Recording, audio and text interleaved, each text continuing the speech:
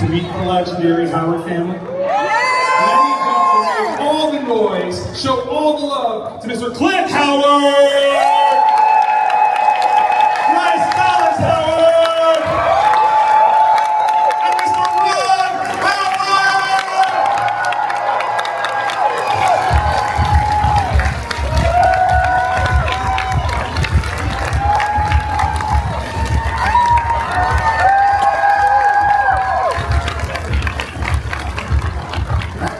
This up this morning. That's right. Hello, welcome, good morning. How's everybody doing today? Everybody's good. Great. Have you eaten off the energy? You gotta feed off of this energy. It's a beautiful crowd. Make some noise for yourselves. We're so excited just to close out this last day of Megacon. How has the weekend been treating each of you so far? Well, the title, Megacon, Right? certainly is appropriate. Come on now, come on now. Kat, my wife and I, we stepped into this place and we were just bowled over by the size, and then on top of that, just the real genuine enthusiasm and appreciation for what we do, and it really makes it worth it to come out here and visit. Love it.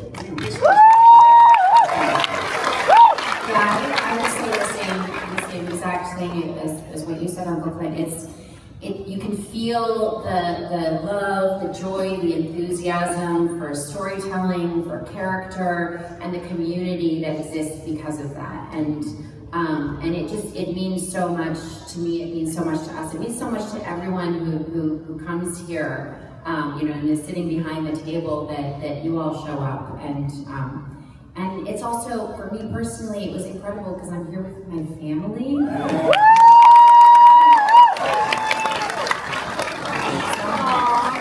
And I also got to hang out with the Skeleton Crew kids and all the Twilight folks. So, it's been a blast. And I took a few minutes and walked through yesterday the floor, and because I could just feel there was so much fun going on over there that I wanted to see what it was about. And it was a blast. And I made a video and I sent it to my wife Cheryl and my partner at Imagine, Brian Grazer, and I said, "This feels like Mardi Gras without the debauchery." Really, the energy is so great, and this is my first time at a convention like this. But I'm told it's one of the best. Absolutely. Yeah.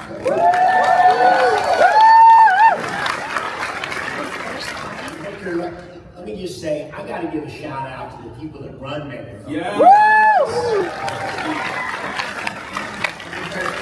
These folks, they know what they're doing, and they don't do it by yelling or screaming. They're efficient. The Black Ops crew. Come on now, come on. I don't know whether you see them, but there's a bunch of people that look like they were extras in Men in Black. They're running around with the earpieces, Jesus, like they were, something important. But I just, it feels so good when we don't have to worry about, well, when's the car coming, or anyway. So I just shout out to the Megacon crew. Thank you for Now, considering your impact in film, television, all these wonderful places and spaces, I think the best place to really kind of start this conversation is the beginning. So I gotta know, what is the origin story of the Howard family when it comes to acting? Well, the origin story begins in Oklahoma. It's my mom, whose name is Jean Francis Spiegel. She was born in Oklahoma. That's great. My father, whose name back in those days was Harold Beckenholt, who was born on a farm in Cedar Vale and Kansas, and to separately in the 30s and into the 40s, they had this dream of being actors. And Mom wanted to be like Lana Turner, and my dad wanted to be like Gene Autry or Roy Rogers, singing cowboy. Nobody told him that he couldn't carry a tune, thank God, because he kept up with the dream. They met each other at the University of Oklahoma, and they went on this adventure together, very romantic. It must have scared the daylights out of their families because they had no business believing they could make it in the entertainment world, and yet they did. And then the other thing, when I was born, my dad was directing theater, and they realized that I had an aptitude for this. And I started picking up on the dialogue, and they had no enthusiasm for being stage parents per se, but they just felt like, my dad felt like, well, I might not be able to share a lot, but I can share what I know about acting with Ron, and then eventually with Clint. And that led to things like, you know, the Andy Griffith Show and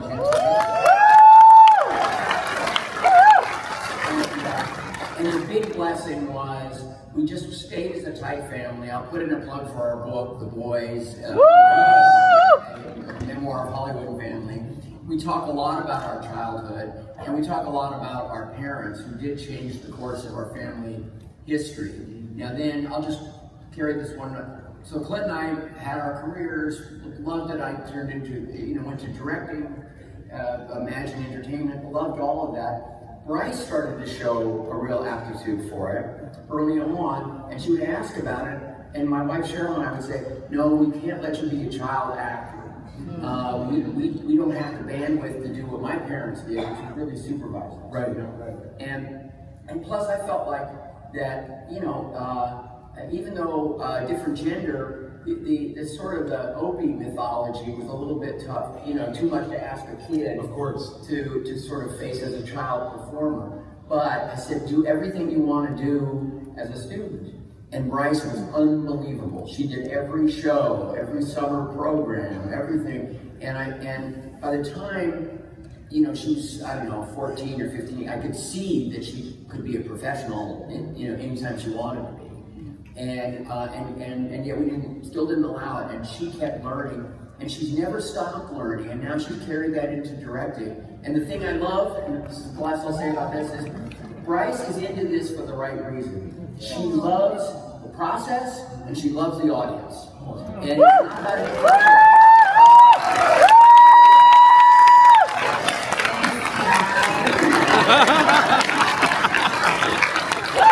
that's the end of my crowd, Dad.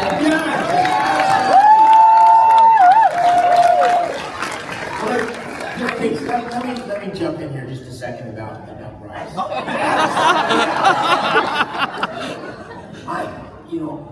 I watched her have this dream of wanting to be, in the storytelling business, in the entertainment business. First, she was a performer. She was wonderful. Then she would hit the stage and friggin' just rock. But I had the opportunity to be directed by her in the very first thing she directed. It was a Lifetime Channel TV movie, and it was her segment of the movie. It was like 4 or 5 segments. It was Call Me Crazy. And it was a story, it was sort of like One Flew Over the Cuckoo's Nest, a little bit, and I played one of the cuckoos. And actually, she also drafted her mom to play a cuckoo. So anyway, I'm there working, doing my thing, and I'm watching Bryce direct. And my God, I grew up watching my brother direct. And her mannerisms, her physical mannerisms on the set, as far as being behind the video village, looking at the monitor and then coming out and whispering to an actor and giving an actor little notes, and then rallying the crew and doing all those things, it was like a friggin' carbon copy of her dad. She did do one thing, and I called her on that night and I said, you gotta be proud, because she's kicking ass. And I told her, I said that she's directing just like you. Except she does one thing. See, she goes up and at the last minute, a good director will come up and give an actor a little note. Hey, you should hates you. And Bryce does the same thing. Can you give me a little more energy? But Bryce's thing is she plays with the actor's hair.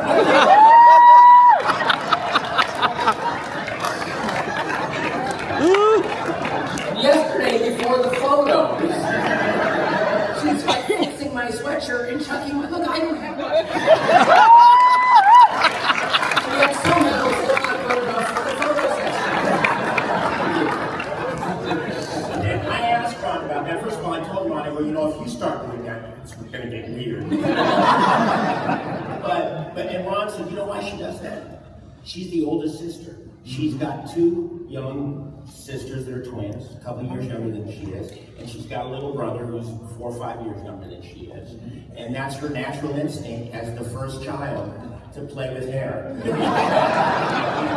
And just, listen, if I get an opportunity again to be directed by you, and I'm sure I will, you can play with my hair all you want.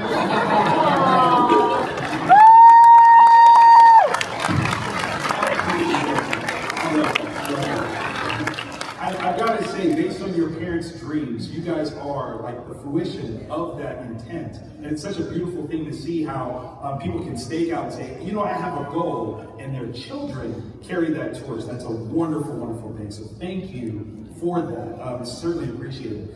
You've been able to see how entertainment, specifically television, has changed so much. When you first started, it wasn't the buffet of channels that we have today. So did that make things harder to find, like television roles, or was it actually easier because people didn't really go for them?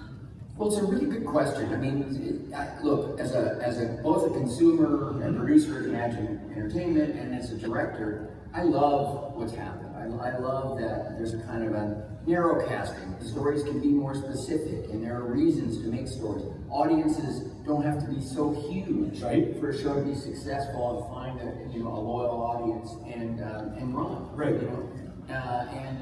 So that's all great. By the same token, it doesn't feel any easier. I don't know why. The people whose autographs you're getting, they work real hard and they really have to keep hustling. Of course. And to try to keep proving themselves over and over again. The competition somehow is higher than ever.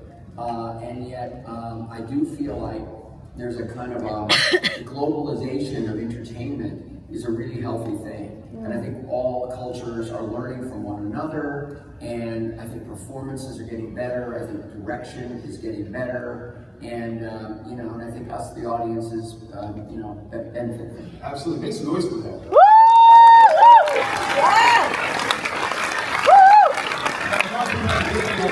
This is the right kind of moment that we just had. But I'm going to kind of ask though, when did you become aware of the family's legacy in acting and all these things? Like, when did you first go, wait, we're kind of famous, aren't we? When did you realize that?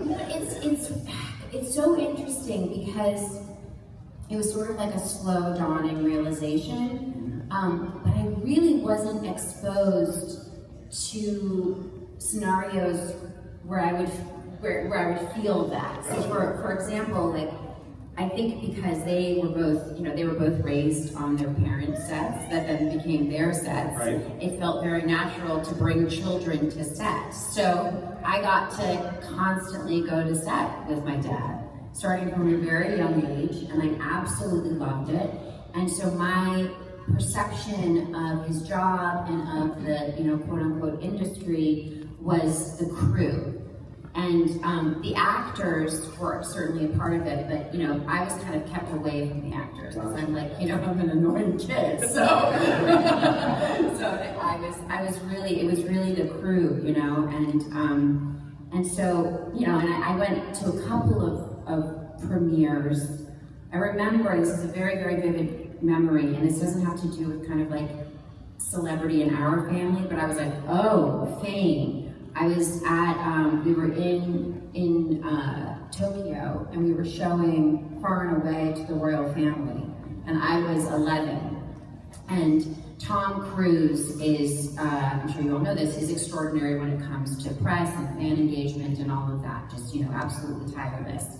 And he was walking in front of me, kind of like 10 feet in front of me on this red carpet, and all the fans were excited, and he was waving, and he got a little too close, and his arm got sucked in, and then his entire body got sucked into the crowd. And at that point, I just knew Tom as the guy who works with my dad, and like Nicole, they were awesome. He would do backflips on set to entertain us, literally.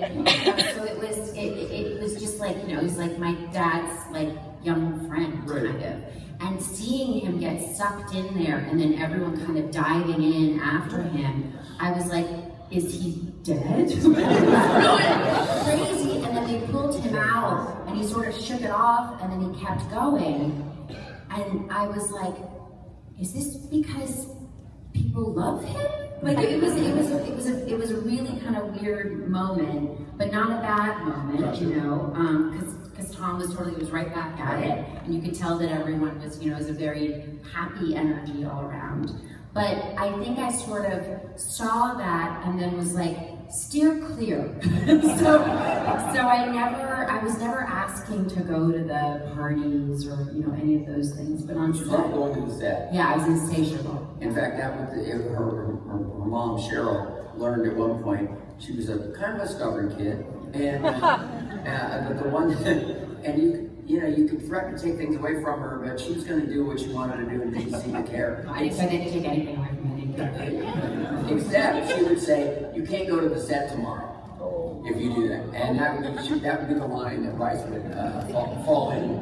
Yeah, that happened in 5th grade once, and it was like a big moment where my mom was like, "You can't go to set tomorrow," and I was just like, and I remember crying and being like, "You're ruining my life." For real, sincerely, it was big. And on Apollo 13, Colin Hayes and Bryce Dallas Howard were our best set PAs. I can't say that we were the best, but we were very earnestly trying. That lunch was there, man. The order was done, put in right correctly. I love it. I'll tell you, the fame thing is, the fame thing is something, I learned by osmosis about that, but talking about being on the set, talking about the process, I'll tell you what, the smells from my earliest age, the smells and the sights and the sound, and there was the feeling of being on a set around folks making entertainment, the camera operator and his assistant. I'll never forget, I always gravitated towards the camera assistant, because back in those days it was film, and he had to pull focus. He had to be there right by the lens and make sure that the camera stayed in focus. And that guy was always looking at me. And it was such a warm feeling. And that hasn't changed. Now the technology has changed. Right. The equipment has changed. But that idea of a group of people gathering together and to create entertainment and to have, you know, it's all an illusion, right? I mean, so we're helping create this illusion that entertains folks. And I just, in thinking about it, I love the process too. And I, you know, I hope to continue doing it. This is my 63rd year. Make some noise for that.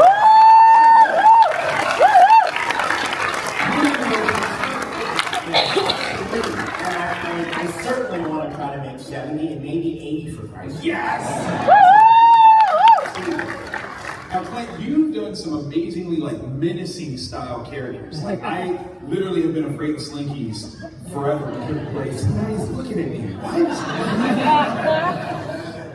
What is that trick to create like that kind of menacing, almost creep vibe that's just so penetrating as a character? Well, it starts on the page. Okay.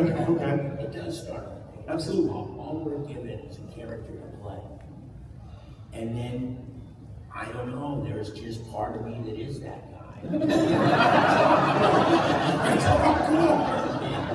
by God, whether it's Sylvester Stallone, Right. or one of the kids in the ice cream, I can look at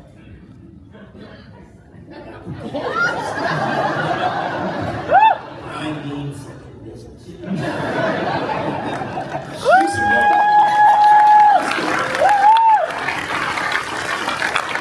How many of you guys see Terrifier 3? We see Terrifier 3. When you showed up in that, I was like, I'm about to get it. Art's about to get it. You don't talk to Clint Howard that way. So up here we have this brilliant collection of actors, writers, producers, directors. You're all active storytellers. How important do you believe that stories are to our development as a society? Well, it goes back to the beginning, you know, and it is the way we learn, it's the way we teach, it's the way we come to understand who we are, and whatever the genre is, it could be a Saturday morning cartoon, it could be a little bit on TikTok, or it could be an epic miniseries, you know. The themes and the ideas have to come through or it's actually not entertaining. It's true. It's not engrossing to us. So we don't necessarily know that we're going to the stories for that first and foremost, but we remember the ones that deliver those ideas. And technology is always factored into it. You know, from the beginning, it was like learning, telling stories around the campfire, and then at some point somebody realized, oh, look at these shadows. Oh, look, I can make interesting shadows. Oh, I can make a shadow play. Right. I can tell a story with shadows. And, go on to lights on stage and curtains and revolving stages and photography and onto digital technology and what we have today. But it does, as Clint was saying, it always gets back to that idea of, telling a story, building it together that's going to mean something to people. Not everybody, but the individuals for whom it's intended are hopefully it's landing and hopefully it resonates. I'll tell one quick story. We were having a family teenage years kind of moment of friction in the Howard household, and we were having a family meeting and it was kind of tense. But the TV was on, just low enough that you could kind of hear it. And it was a rerun of like an 80s or 90s, family sitcom. I don't even remember which one it was. It was early before. But it was a comedy, sitcom. Okay. And we're watching, and all of a sudden, at some point, we realized that the thing we were having a serious conversation about was being dealt with on this show. And we stopped, we turned the sound on, and we watched this sitcom, this silly, formulaic sitcom. And it was great, and we laughed, and when it was over, we talked a little bit about it, and it helped us solve a problem, and it was also healing, and I just thought, thank God those sitcom writers, actors, and directors, and producers cared enough to get those ideas out there in a funny, entertaining way. It was a salve to us at that particular moment. Not a show that I ever watched with any regularity, but that day, those people's work resonated in our family, and I appreciated it. That's awesome.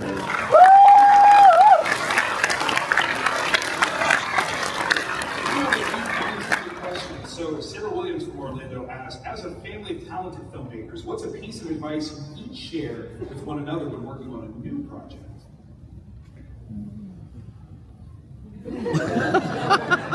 Go, Yummy. There's a phrase in our family from our grandfather that we always say to each other, which is, you know where to kick it. Do you guys want to finish it? Kick it in the ass. Yeah. It takes courage to just go for something. It's for anyone. It takes courage to exit your house. Sometimes, and so to have a family just in that moment. If you're just about to do something, you've prepared. You've done the research. You've had the conversations. You've challenged your biases, you're ready. You kind of need that shove. And that's, I think, what we all do for one another. You know where to kick it in the ass. And we always say that to each other. It's a brilliant family motto. I need a crest of that. That's awesome. I love it. Listen, I personally, I channel Dad. I channel Dad so much in life and when I'm working, and it goes back to those basic fundamental things that he was teaching both Ron and I when we were real kids, and that is to be prepared, to take it seriously. We were children in an adult world, and he didn't ever make it heavy-handed for us, but it was, I never felt overwhelmed, but it was a matter of, Clint, we need to prepare. We need to prepare. And then kick it in the ass. Jesus, my dad was with me on the set 98% of the time of my juvenile career, and the other 2%, Mom was on the set. So we had this great parental guidance, and we had this great nurturing going on, but it was just Dad that I remember. Kick it in the ass and be prepared. Discipline.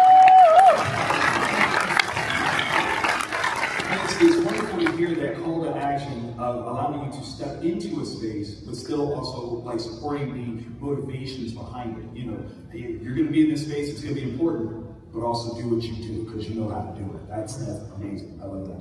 We have a question from Liam Green from Tampa. If you could remake any of your family's films with a modern twist, which one would you pick and why?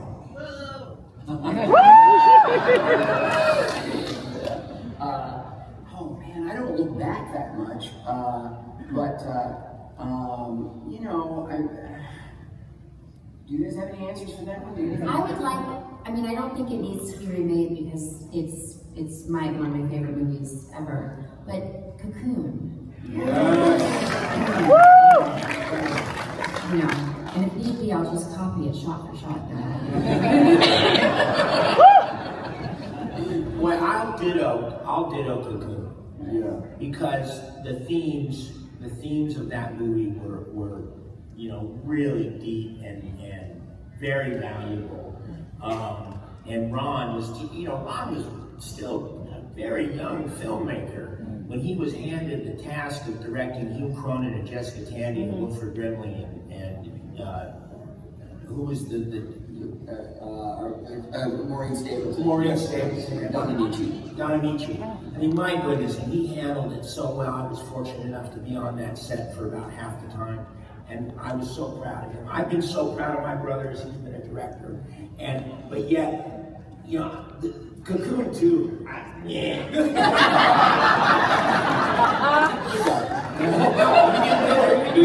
He knew it, so good points for his team. But you know, yeah, that theme of do you want to live forever, or do you want to live with your loved one? Yeah. Anyway, and listen, and Ron took that story and made it his movie, but he didn't invent that. That's a wonder. I keep going back to this. Filmmaking and entertainment is a team effort. Yes. Even stand-up comics buy jokes from people. You know, and a stand-up comic's kind of only as good as his lighting and his set. And now there are certain freaks who Robin Williams could probably, you know. But I'm just saying it's a team effort, and the writing, the producing, the people that know how to kind of glue it together, and getting somebody to be the leader, the director. And then they have to cast, and the gods have to come down and kiss them. There's a lot of moving parts in making entertainment. Absolutely. I love it. Make some noise for that one more time.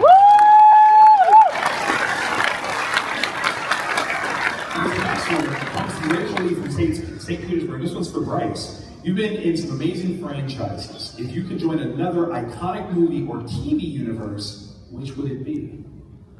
Oh my goodness. Well, I don't know if it's see, here's the thing. I'm a fan first.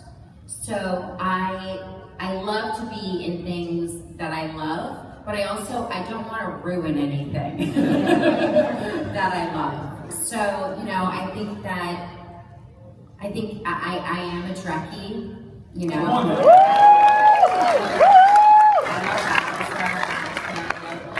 So many things. I love the Grinch. I love there's so many just conceits in storytelling that are thrilling. So you know, I'm very zen when it comes to I'm not too ambitious about it. Okay. I'm like, oh, if it happens, it's what's meant to be. But I never want to force anything like that because I would want to ruin it. Maybe you want to jump in the Ice Cream Man franchise. Let's do it. Now, Matthew James asked a question for you, Clint. Says that you've done some fun roles over the years. What's one that still makes you laugh when you think about it? Oh boy.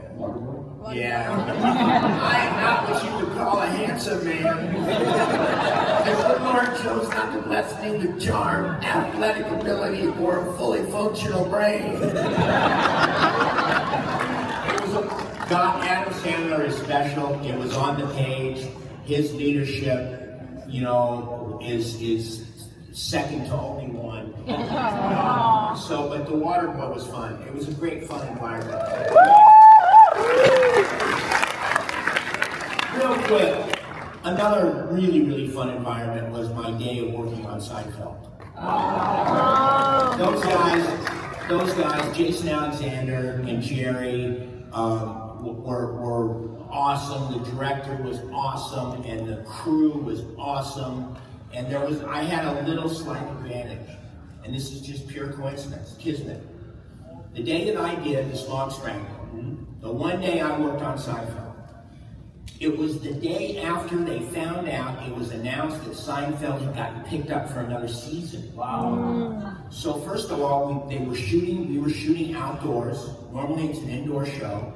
It was about 75 degrees in February in Los Angeles. It was a beautiful day. The boom guy had his shirt off. And everybody was talking about what kind of car they were going to buy. So I caught the group on a good day, and creatively they were awesome. That was awesome.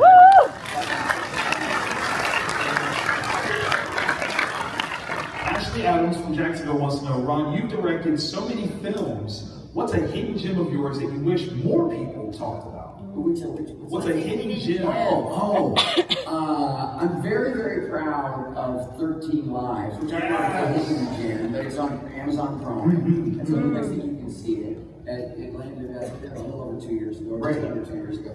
And I'm very proud of that movie, so I'm always pushing people to, It's a brilliant, wonderful, glorious heart-centered film. But I'm also, I've got a few that sort of underperformed at that time, but have landed in a really great place. Of course. Like The Paper, yes. Really like that movie. Or Far and Away is one that underperformed a little bit now as well in the market. So those are faves. I love that. Sometimes you're ahead of your time, We got to catch up to you. That's all. That's what it is. Last question. Jonathan from Miami wants to know, if you could all star in a movie together, what kind of genre would it be, and who would play what role? It would probably be a comedy. Kind of have to be. Yeah. Okay, all right.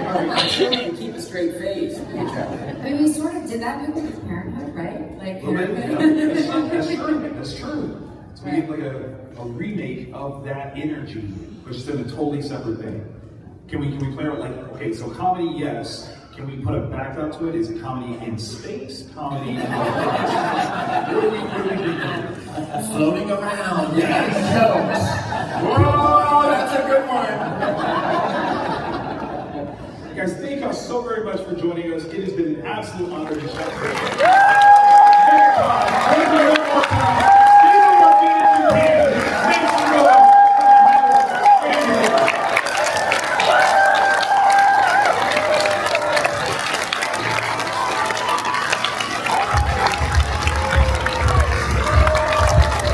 Thank you all so much for that.